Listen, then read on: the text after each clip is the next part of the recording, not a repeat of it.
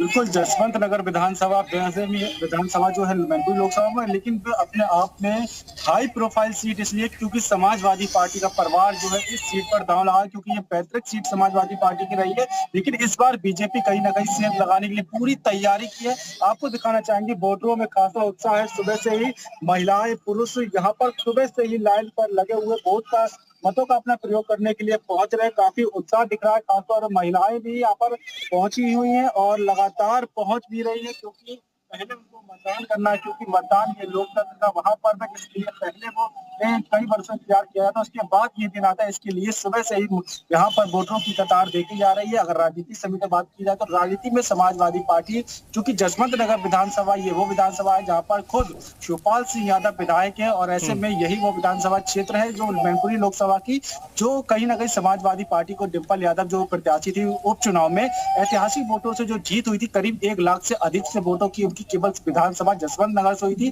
तो ऐसे में समाजवादी पार्टी का फिर से एक बार प्रयास रहेगा कि यहाँ से अधिक वोटों से जीता जाए। और वही दूसरी तरफ बात की जाए बीजेपी की, जयवीर सिंह, क्योंकि वो भी इस बार काफी तैयारी के साथ मैदान में है। चाहे अनु, आपके पीछे तस्वीरें दिखाई दे रही है वोटर्स की लंबी कतारों की। एक बार नजदीक जाइए, वोटर से भी पूछिए कि क्या मुद्दे हैं उनके जहन में, और तस्वीरें दिखाइए कि किस तरीके से लंबी कतारें वहां पर लगी है।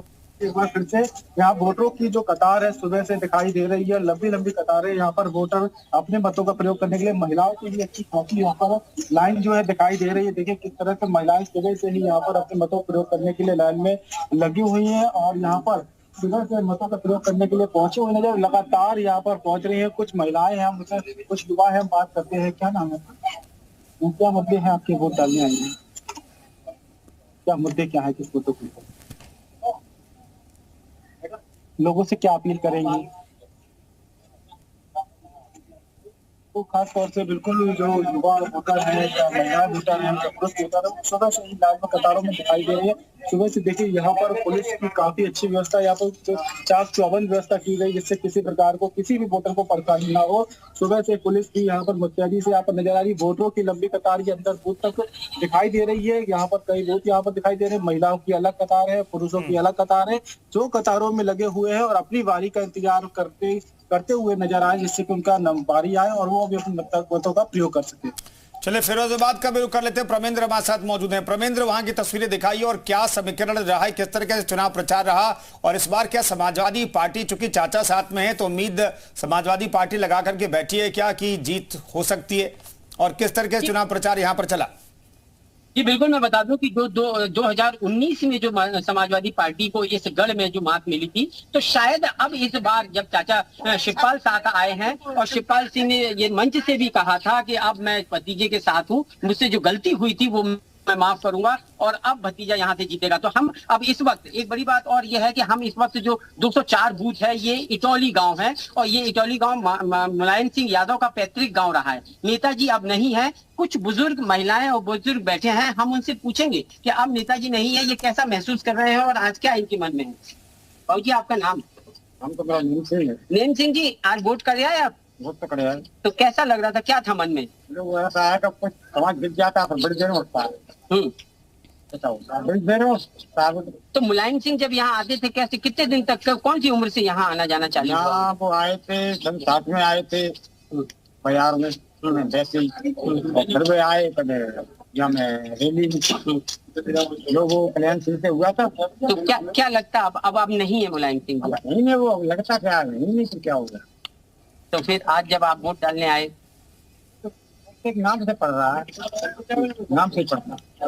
तो आप देख रहे हैं और भी वोटर हैं वो जो अब अभी वोट डालने जा रहे हैं और अब यहाँ से निकलेंगे, लेकिन सभी के मन में यही बात है कि मुलायम सिंह जी अब, लेकिन उनके नाम पर उनके जो काम थे, जो कहीं क्योंकि यहीं वो पले बड़े हुए, शिक्षा यहीं बगल में शिवपाबाद जब थे वो यहाँ से पढ़ने जाते थे। लेकिन यदि हम समाजवादी पार्टी की बात करें तो पिछले कुछ सालों में समाजवादी पार्टी का ये गढ़ जो था वो ढहा है, चाहे वो लोकसभा चुनाव हो, चाहे जिला पंचायत के चुनाव हो, चाहे और कोई छोटे चुनाव हो, यहाँ बीजेपी ने उनको मात दी है। लेकिन अब इस बार का जो चुनाव है, जब शिवपाल चाचा भतीजे दोनों एक हैं, तो जोश जो कार्यकर्ता है वो भी, हम लोगों ने रैलियां हुई उसमें भी हमने जो जोश था वो देखा कि अब, लेकिन वो जोश जो है वो वोटर में कितना तब्दील हो जाता है वोटों में, ये शाम का वक्त जब से जैसे जैसे वक्त ढलेगा और अंतिम पड़ाव पे जब हम पहुंचेंगे शाम के वक्त, तब ये पता पड़ेगा कि वोटिंग परसेंटेज कितना रहा और वो वोटिंग परसेंटेज ने क्या जवाब दिया है कि क्या बदलाव की स्थिति है या फिर वही जो विश्वास पहले जो विकास की तरफ था वो था। तो हालांकि अभी सभी सवाल अभी थोड़ी दूर हैं और कुछ घंटे और लगेंगे, क्योंकि अभी पहले 9 बजे के बाद वोटिंग प्रतिशत जो है 9 बजे तक के लिए शुरुआती 2 घंटे का वोटिंग प्रतिशत आ जाएगा 9:30 बजे के आसपास तक। लेकिन आपके आंकड़े क्या कहते हैं? आपने जो आंकड़े जुटाए हैं, आपने जो देखा है तस्वीरों में, कितने फीसदी तक वोटिंग हो चुकी है? शुरुआती करीब 2 घंटे हो जाएंगे अब से करीब 10 मिनट के बाद। तो इन शुरुआती 2 घंटों में जो वोटिंग की रफ्तार रही उसे किस तौर पर देखते हैं आप?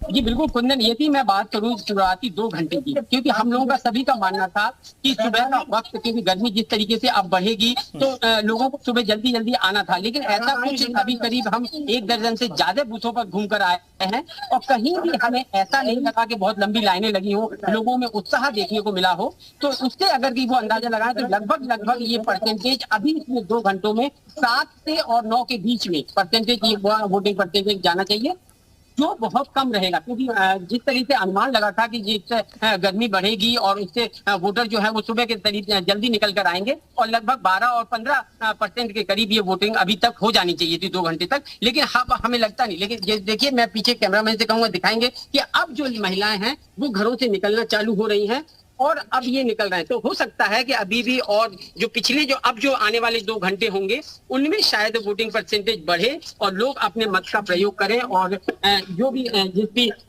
जो प्रत्याशी हैं उनके भाग्य का फैसला अब ये करेंगे आने के बाद। लेकिन फिर भी मैं बता दूं कि समाजवादी पार्टी का गढ़, ये जो तीसरा फेज है, इसमें चाहे बदायूं की बात हो, चाहे मैनपुरी की बात हो, चाहे फिरोजाबाद की बात हो, ये तीनों किले, केवल मुलायम सिंह मैनपुरी का जो किला था वो बच पाया था। 2 किले समाजवादी पार्टियों के ढह गए थे और समाजवादी पार्टी हार का मुंह देखना पड़ा था। लेकिन इस चुनाव में 2024 के चुनाव में जब नेताजी नहीं है तब ये चुनाव में समाजवादी पार्टी, क्योंकि समाजवादी पार्टी के मुखिया अखिलेश यादव अध्यक्ष हैं, उनके लिए एक किसी अग्नि परीक्षा से कम नहीं है। जब ये मुलायम सिंह के बिना ये पहला चुनाव लड़ेंगे, वो खुद कन्नौज से चुनाव लड़ रहे हैं, पत्नी डिंपल यादव मैनपुरी से चुनाव लड़ रही है, धर्मेंद्र यादव आजमगढ़ से हैं। तो ये सैफई खानदान जो कहा जाता है राजनीति में सबसे बड़ा खानदान माना जाता है सैफई खानदान को, और कहीं ना कहीं सैफई खानदान की भी इज्जत जो है वो अखिलेश यादव के हाथ में है और वो उनके लिए अग्नि परीक्षा है। प्रमेंद्र बने रहिए। तो सफाई में भी हमारे सहयोगी अनु चौरसिया मौजूद है, लेकिन उससे पहले हम चलेंगे मनीष का रुख कर लेते हैं। आगरा से हमारे सहयोगी मनीष मौजूद हैं। मनीष, वहां की